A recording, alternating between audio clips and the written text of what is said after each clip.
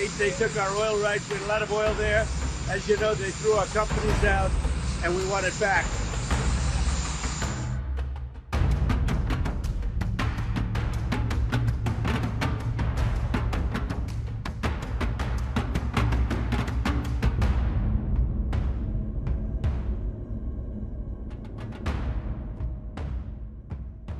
Tonight, the U.S.-Venezuela standoff has entered a far more dangerous phase. For the first time since President Trump threatened a total and complete blockade of Venezuelan oil, Caracas has responded, not with words, but with warships. Venezuela's Navy is now escorting oil tankers out of its ports, openly challenging the United States to stop them. This is no longer a theoretical crisis. This is a direct test of force. According to multiple reports, Venezuelan naval vessels began escorting ships carrying oil byproducts late Tuesday night into early Wednesday morning. The tankers departed from Puerto Jose, a key export hub on Venezuela's northeast coast. Ship tracking data confirms the movement, so do officials familiar with the situation. These ships weren't empty.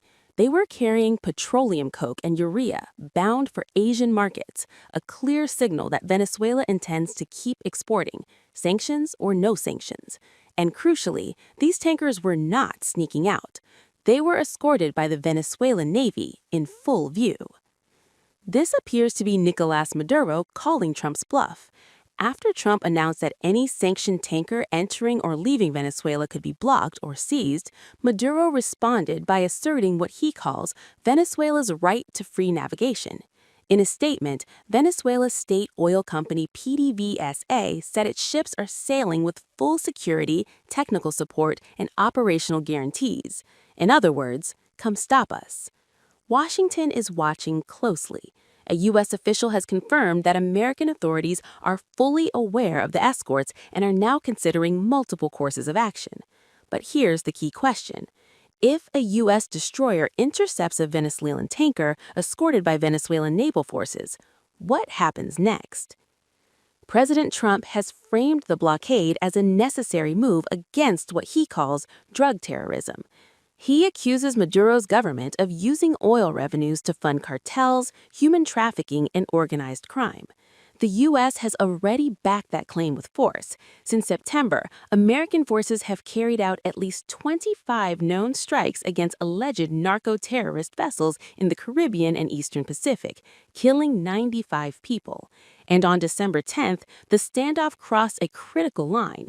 U.S. forces seized a sanctioned oil tanker off Venezuela's coast. Caracas called it international piracy. Now, instead of backing down, Maduro has escalated. In Caracas, the message is blunt. Maduro has condemned the blockade as a violation of international law and warned that Washington is risking a new Vietnam. He has also accused Trump of finally dropping the pretense, saying the mask is off and this is a war for oil. While Trump is doubling down, he continues to demand that Maduro step aside and has refused to rule out military force even as U.S. naval deployments across the Caribbean reach levels not seen in decades. Aircraft carriers, missile destroyers, thousands of troops. This is no longer symbolic pressure, it is physical presence. What makes this moment especially dangerous is miscalculation. If a Venezuelan escort ship confronts a U.S. warship, if warning shots are fired, if a tanker is seized under naval protection, the escalation ladder becomes very short, very fast. Subscribe to One India and never miss an update. Download the One India app now.